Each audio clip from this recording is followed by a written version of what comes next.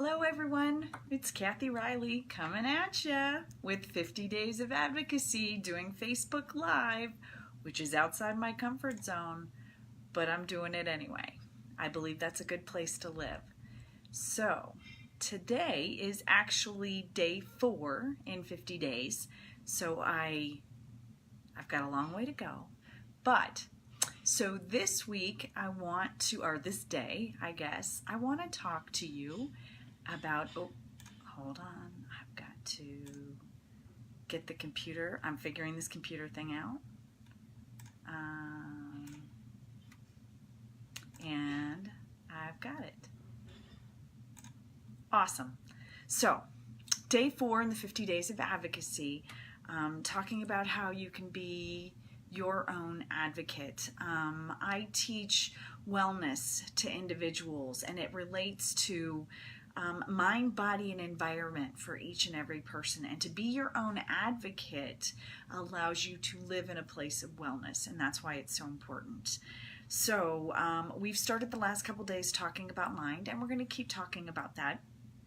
Just want to share a few tips and shifts that you can make so that you can be a better advocate for yourself. When it comes to advocacy, we are really good at taking care of everybody else, especially the women out there.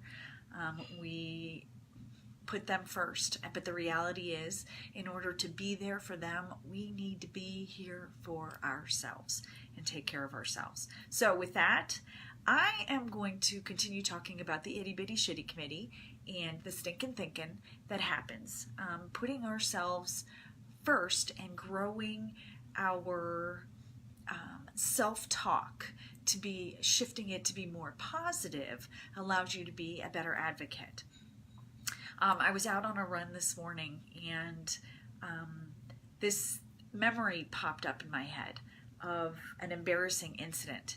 And I don't know why it popped up. Our subconscious is very powerful, but it popped up, and I was like, crud. So to share what the memory was, it was an introduction with some partners that I used to work with, and it went goofy and bad, and I felt very, very embarrassed about it.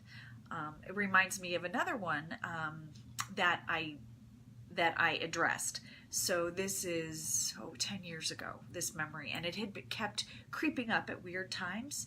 So this memory, I am, this was like 10 years ago, and I'm in a bar with a friend, and there's 2 people that I work with, and I go over, say hi, and I go to introduce my friend to the partner, and I forget his name.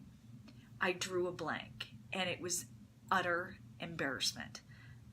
I have done this before, and I know I'll do it again. We all do it. It's that little brain fart that kicks in, but it was, oh my gosh, you would have thought I did something. He looked at me and he's like, really? And I'm like, I'm sorry. We ended up scoffing and laughing it through. But that memory of him going, really? Well, that stuck in my subconscious, man. That pulled up some emotions, and your memories that tie in with emotions, they kind of stick with you. So that's one of the ones that kept coming. And I'm curious, I know I'm not alone. Are there any memories that you have that keep popping up in your head? You know, whether they were from last night or last month or last year. Do you have those memories? Do you understand what I'm talking about? Type it below. I want to see what's going on in your brain. But embarrassing moments like that have happened for me over and over again. And like one of the things, so in high school, I was bullied. It sucked. I actually have family members that are bullies. It's not fun. And there's this, so the other kind of memory that I have that happens to me frequently is, you know, there's a bit, not a confrontation or a conversation that's happening, and I'm not good at the zingers. And then like an hour later, I'm like, oh, that's what I should have said. And then those memories, that event keeps going over and over and over again in my mind. And it's a waste of energy to be embarrassed about something that happened in the past, something that was goofy, and it just really doesn't require much more energy. It's done. So there's a technique that I learned that actually has helped me. It's huge. And just so you know, I've learned this, about 1.5 years ago, and it has shifted big time, and implementing it. So what it is, it's whatever that memory is. And actually, I have it, if you can see where my hand is. See that blue Post-it note right there? That's my cheat sheet.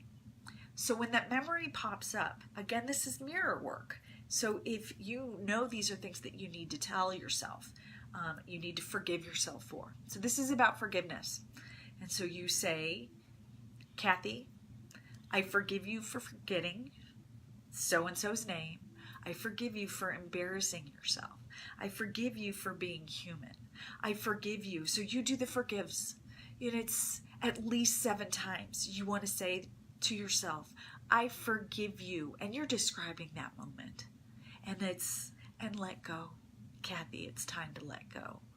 And so when I was out on the run this morning, I actually just did it right there because it was really weird that memory popped up for me. So as I'm running, I'm like, okay, Kathy, I forgive you for embarrassing yourself. I forgive you for this. I forgive you for that. It's time to let it go. It's time to let it go.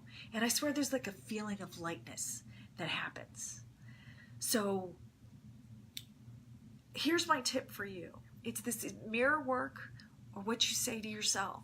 And you say, Kathy, your name, whatever, I forgive you for XYZ. I forgive you. And it's that forgiveness that allows you to let go.